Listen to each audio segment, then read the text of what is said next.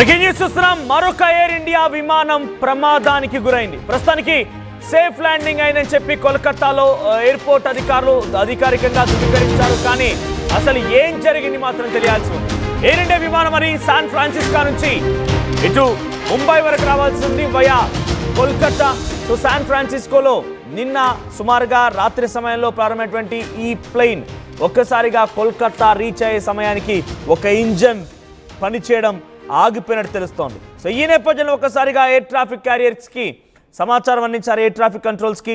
So అక్కడ సమాచారం ఇచ్చిన వెంటనే సేఫ్ ల్యాండింగ్ కోసం వారన్నీ ఏర్పాటు చేశారు. సేఫ్గా ల్యాండ్ అయింది. కానీ దాంట్లో ఉన్న ప్రయాణికులు సుమారుగా 4 గంటల పాటుగా దాంట్లోనే వెయిట్ చేయాల్సి వచ్చింది. యాజ్ పర్ షెడ్యూల్ అయితే అది AI 180. So air India flight 180 సుమారుగా 12:45 సమయానికి కోల్కతా ఎయిర్పోర్ట్ చేరుకుంది. సో శాన్ ఫ్రాన్సిస్కో నుంచి ఈ విమానం ముంబై వయా కోల్కతా మీదుగా రావాల్సి ఉంది. అయితే 12:45 AM కోల్కతాలో ల్యాండ్ అయింది. ఆ సమయంలో ATCకి సమాచారం అందించారు అక్కడ పైలట్స్. సో లెఫ్ట్ సైడ్ ఇంజన్లో సాంకేతిక సమస్య తలెత్తింది.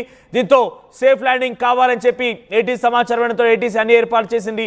అక్కడ సేఫ్ ల్యాండింగ్ అయింది. ఆ తర్వాత వెంటనే కొన్ని ఏర్పాట్లు మరమ్మతులు చేసిన తర్వాత తిరిగి ముంబై రావాల్సి ఉండేది. కానీ సుమారుగా 4:30 గంటల సమయం పట్టింది. తిరిగి మళ్ళీ 5:30 సమయానికి మళ్ళీ అక్కడ టేక్ ఆఫ్ తీసుకుంది.